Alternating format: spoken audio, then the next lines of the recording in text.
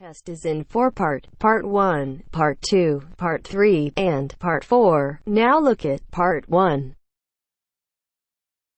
Part 1. You will hear a woman asking a shop assistant about DVD players.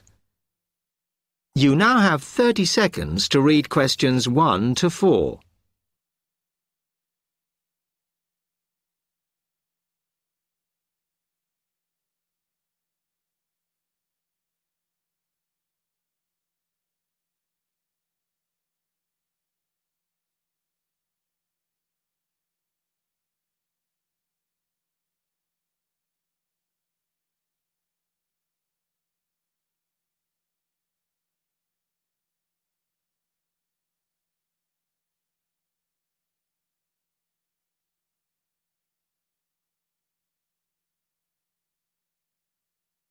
Hello, I'm interested in buying a DVD player. Can you help me, as I don't know very much about them? Of course. We sell quite a range. Actually, we're doing a customer survey at the moment, so I wonder if I could fill in this form about you, and that will actually help me to advise you on the best DVD player for you. Oh, okay. First of all, your occupation. Student. Okay. Then, have you already got a DVD player? No, I've never had one before. Uh-huh. And how much do you think you want to spend on a player? I'm not sure, really, but I have got a budget. My friend said I should allow about £100, but I can't afford over £85, so that's what I'm working on. Mm-hmm. And do you watch DVDs very often? Depends what you mean by often. I don't know what the norm is. Is it about 2 a week? I suppose I watch 3 a month. That's enough for me. Yes. What sort of films do you like watching then? Action movies? Not really. Oh. My boyfriend always insists we watch science fiction movies, but I prefer thrillers. Something to get your teeth into. Okay, just one more. Do you watch other DVDs? Ones that are not films, like music or something? Not much, because I don't want to spend the money on something I can watch on TV, but I occasionally rent out comedy programs, and I fight with my boyfriend over all the sports DVDs he watches. You now have 30 seconds to read questions 5 to 10.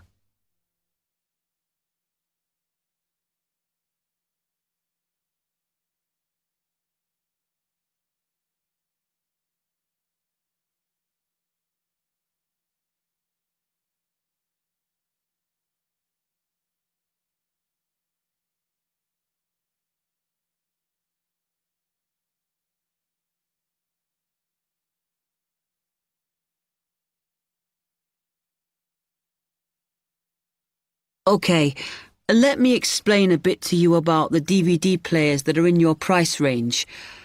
First, there's the DB30, which has only got basic features, but it is a bargain at £69. Now, all the DVDs come with an after-sales service that starts when the guarantee runs out. As it's so cheap, the DB30 comes with a limited after-sales service, as it only includes parts. You would have to pay for most of the repair. Seems okay. Then, a slight grade up from that is the XL643. This comes with an additional feature in that it has an extra button allowing you to record. That's quite useful. Oh, yes. That would mean spending less on DVDs to watch. Yes, so you'd make the extra money back on it that it costs.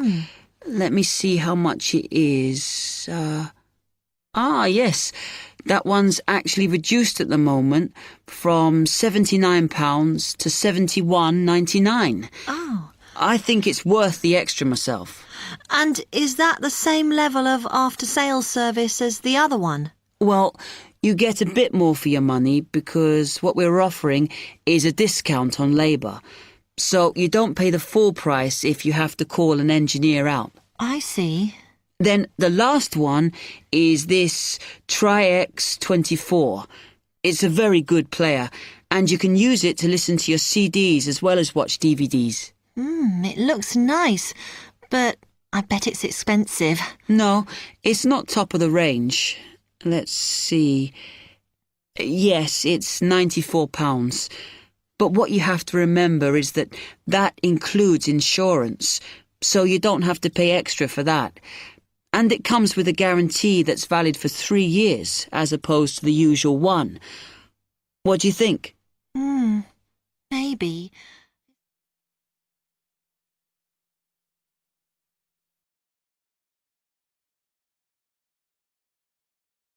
That is the end of part 1.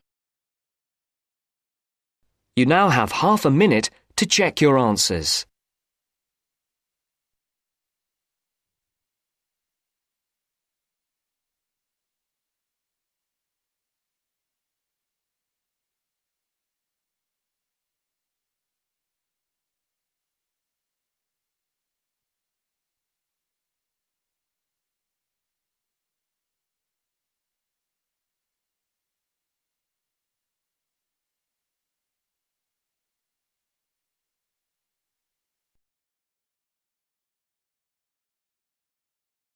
Now turns to part 2. Part 2. You are going to listen to a talk about au pairs in the UK. First, you have some time to look at questions 11 to 15.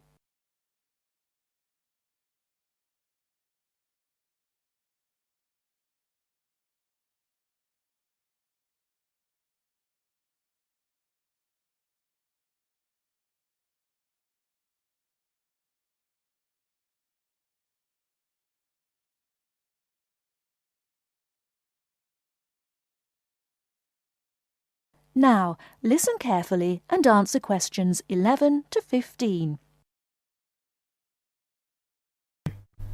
What is an au pair? An au pair is a single girl without any dependents who comes to the UK to learn English and to live as part of an English-speaking family. She is not a domestic servant, but may help in the house for up to 5 hours a day for pocket money. Suitable tasks would be light housework and taking care of children. She should have 1 day each week completely free, and she should be free to attend language classes and religious services if she wishes. Pocket money should be between £15 and £20 per week, and she should have her own room. Before she arrives, she should have as much information as possible about the home she is going to and what she will be expected to do. She will find it helpful to have a letter from her hostess explaining the arrangements to show the immigration officer when she arrives.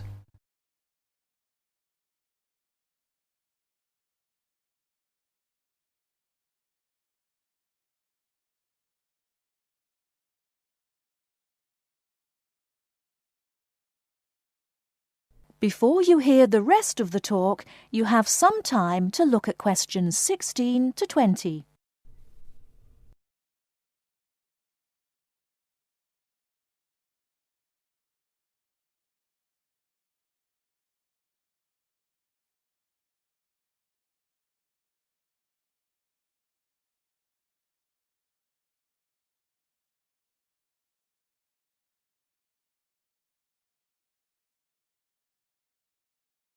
Now listen and answer questions 16 to 20.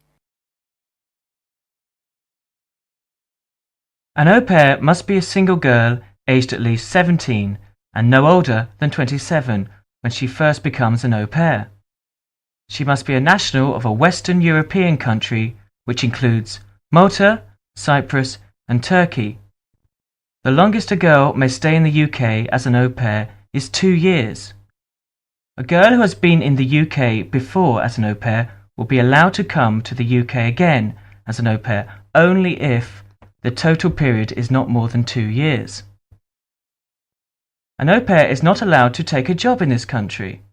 The light household duties which are part of the au pair arrangement are not regarded as employment.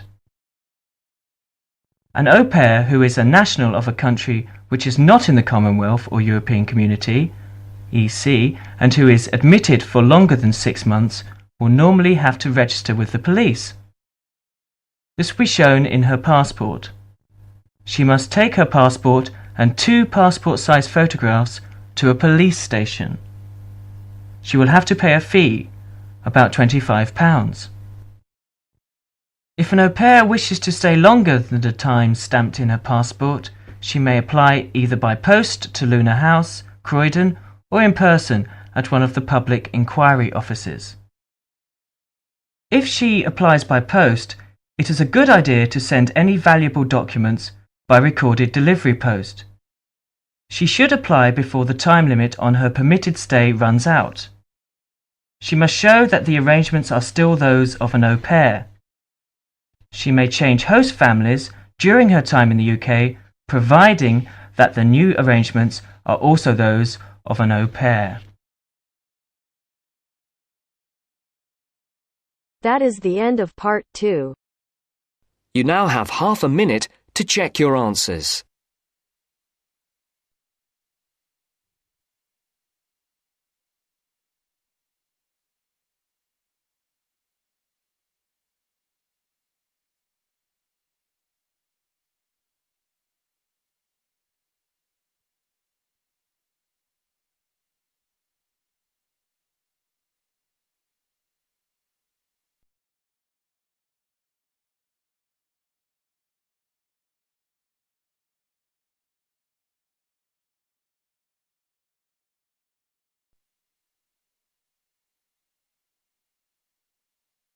Now turns to part 3.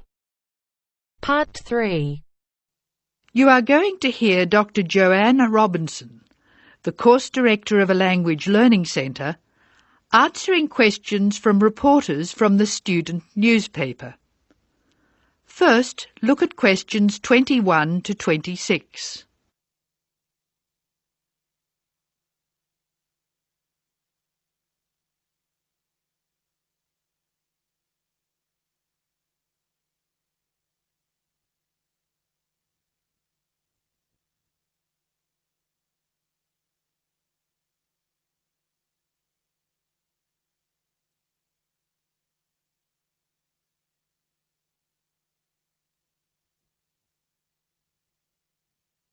As you listen to the first part of the talk, answer questions 21 to 26.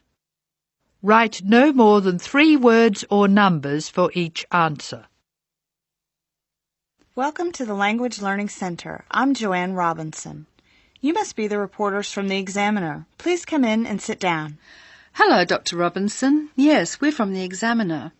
I'm Cheryl Perkins and this is Don Klim. May I start with a question? Did this college really start with Brazilian students? It did. The Language Learning Center was founded in 1985 to look after a group of students from Brazil who wanted to study here.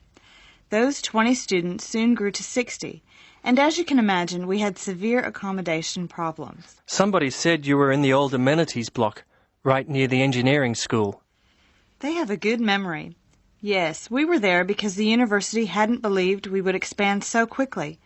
The problem wasn't solved until we moved into these new premises in Bancroft House in 1987. When did you start taking students from other countries? About 1990. We now have students from 13 different countries enrolled, and we expect a large group from Turkey next month. Yes, we've noticed a lot more advertisements for Turkish restaurants in our advertising section.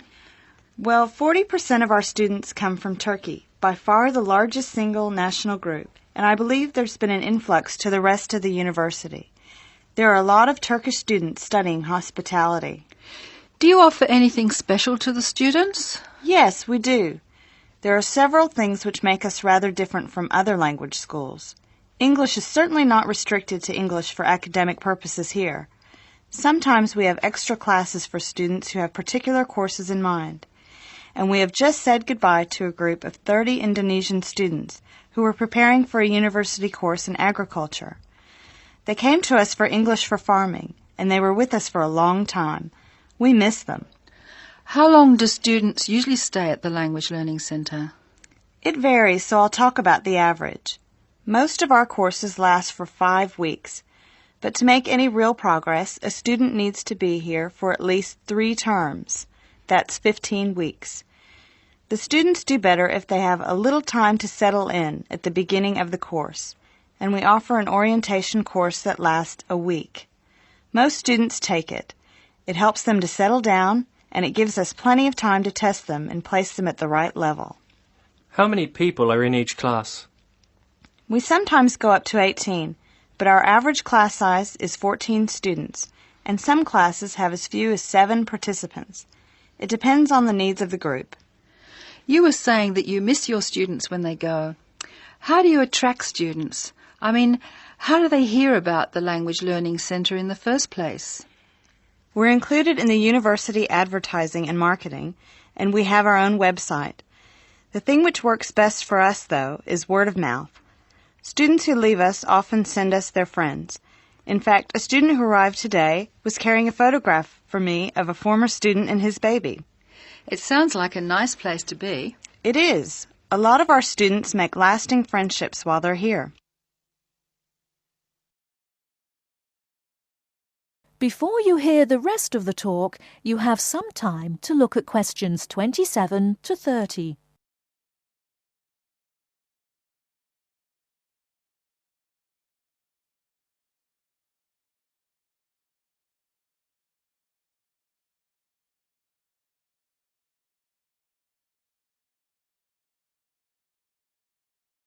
Now listen and answer questions 27 to 30.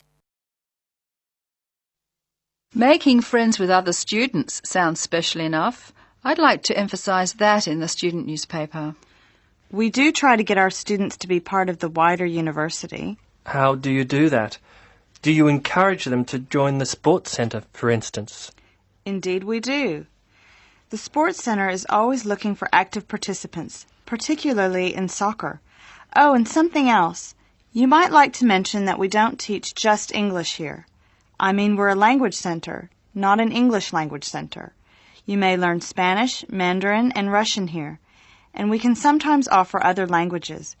This means we can have some students who are native speakers of those languages as conversation partners for English-speaking students. Who can do these courses? At this stage, any native speaker of English. What about the people who are learning English? Can they do a non-English language course? At this time, only if they've almost finished their English language course. You see, we try very hard to involve students who are native speakers of English as conversation leaders, and we encourage our students to join groups on the campus. For instance, if they enjoy music, there is an active jazz group available to everyone, and that's a lot of fun.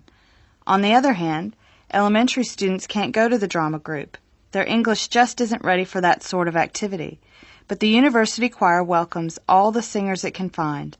They often do large productions that need a lot of voices.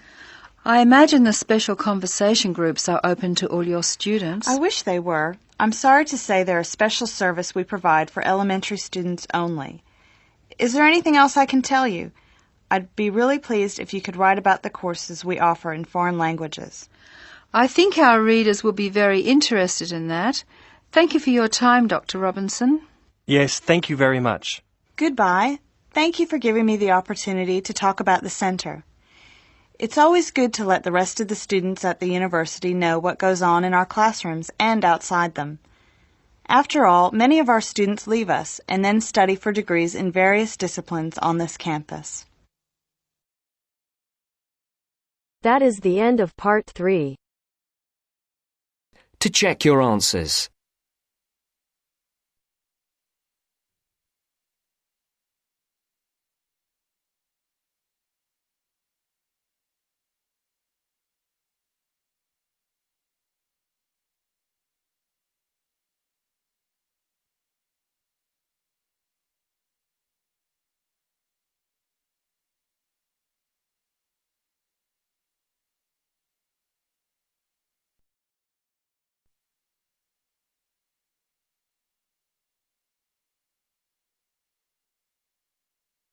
Now turns to part 4. Part 4. You will hear part of a talk on cat breeds. First, you have some time to look at questions 31 to 40.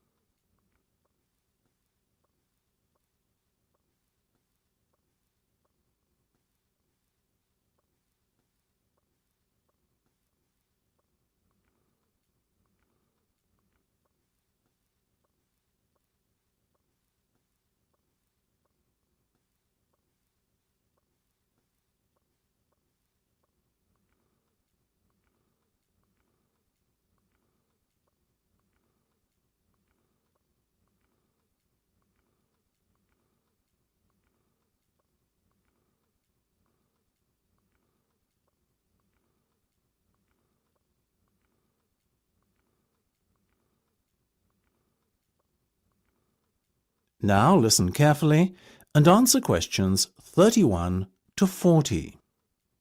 Look at her, ladies and gentlemen. Isn't she beautiful? The Abyssinian is a natural breed of cat which originated in Africa, or more specifically, what is now Ethiopia. Today it is found in much of the surrounding African continent, particularly Somalia. Its head is broad and moderately wedge-shaped, and it has relatively large pointed ears, like the specimen you can see here in front of you. It is typically a reddish colour and is known for the unusual M-shaped marking, which often appears directly above the two eyes. See here. It has a medium-length coat in a sort of ticked pattern, ticked being a term to describe when the hair gets progressively darker from root to tip. There you go, little fellow, well done. Now this gentleman, he is a male, I can assure you, is the Aegean. The Aegean is of Greek origin, as you might have guessed, and is thought to have come from the Cycladic Islands. It's considered to be the only native Greek breed of cat. It is one of the newest and therefore rarest cat breeds, but relatively plentiful throughout Greece. It is much liked for its intelligence and friendliness, and because it excels in pest control. It has a semi-long-haired coat with rich tail. The coat is typically bi- or tri-coloured, with white always present, and the other colours ranging from black to red, blue, cream, etc. These colours are just as likely to present themselves as stripes. This little guy, as you can see, has beautiful reddish-blue stripes running through a pale coat. The head is medium-sized and quite round. The ears have a wide base, rounded tips, and are covered by hairs. Now the Australian. Australians are still mainly confined to distribution in their homeland. Obviously Australia, though a number of catteries in the UK have started to breed them too. Look at those expressive eyes. The cat is a fine example of the breed, medium-sized and short-haired. Notice also the large round head. This breed is much loved for its tolerance of children, and because it is very rarely inclined to scratch. Its coat is typically spotted, or, as in the case of this little fellow, classic tabby style. Last but not least, we have the bobtail, another relatively new breed, like the Aegean and Australian.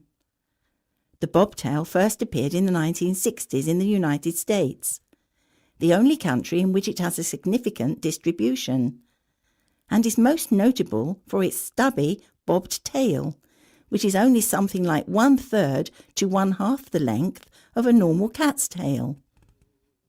It is a very sturdy breed, with rather shaggy and dense fur. Bobtails can have any colour fur, and often have the appearance of a tabby. Unlike the other breeds we have discussed, the bobtail is not natural. It is said to be a result of the crossbreeding of a domestic tabby cat and a bobcat. Such is the careful breeding the cat has undergone that it comes in all colours, and there are also both long and short-haired versions. If I had to recommend one of these breeds to you today, I would have to vouch for the Australian. After all, as all of us here are parents, we must surely agree that our children are our first consideration when it comes to purchasing a pet? What effect the animal will have on them? How will it react, etc.? These are questions we all ask ourselves, and they are even more important when the child is very young. The Australian is simply unrivalled in the temperament department and is extremely unlikely to lose its composure and take a swipe at your child. That said, it is still a very rare breed in these parts, and as with all things in the world, rare equates to very expensive. So it may be beyond the price range some of you are prepared to pay. Surprisingly perhaps, though the bobtail is part lynx or bobcat, as they say in the States, it doesn't appear to have inherited any of the wildcat's aggressiveness, and therefore it makes an excellent second best as a pet you can allow to be around children. It is also considerably less expensive. The other two breeds we have talked about both make excellent house pets. However, hand on heart, I could not endorse either as a pet to have around young children. In my view, the child's safety is not something to gamble with. So, if you can afford the extra few quid to lay out for a bobtail, or better still, an Australian, do so. You won't regret it.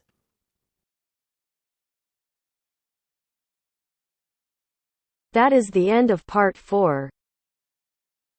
You now have half a minute to check your answers.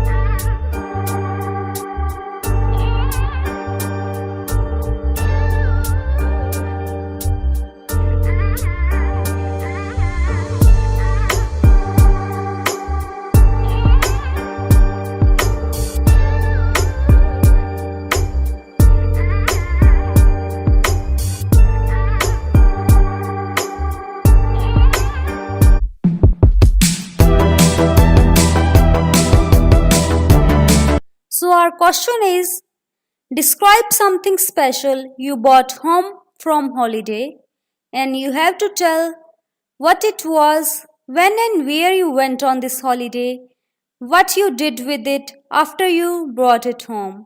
So here you can tell about anything which you ever brought home from any holidays, and that you can tell here.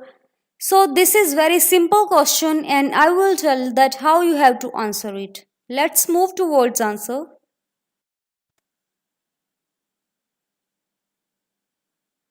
I love to travel to various places and explore new things. I travel every year during holidays to refresh my mind and meet different people. Being a shopaholic, I buy many things during my trips. Here I would like to talk about a painting I bought last month from Delhi.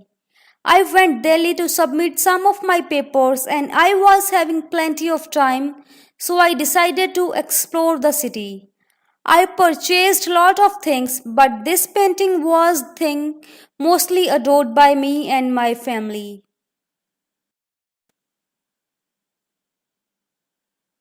It is the painting of a mother cuddling her baby. This painting is a masterpiece because it is revealing true and pure bond of love of mother towards her child. This painting is very close to my mother's heart because it was a surprise for her from me. Everyone appreciated my choice. It's eye-catcher as it's hanging in the lobby. The special thing about it is that it was made by Indian artist Raja Ravi Verma, which was famous artist. I feel this is the best thing I ever paid for. So this was the special thing I bought from holiday. So friends, I hope you can understand properly because this answer is very simple and very clear. So in this way you can answer cue cards in the exam also. So thanks friends for watching this video. Please subscribe our channel and share this video so that others can also take help from this video. If you have any kind of doubts, you can let us know in the comment section. Thank you once again and stay tuned for more videos like this.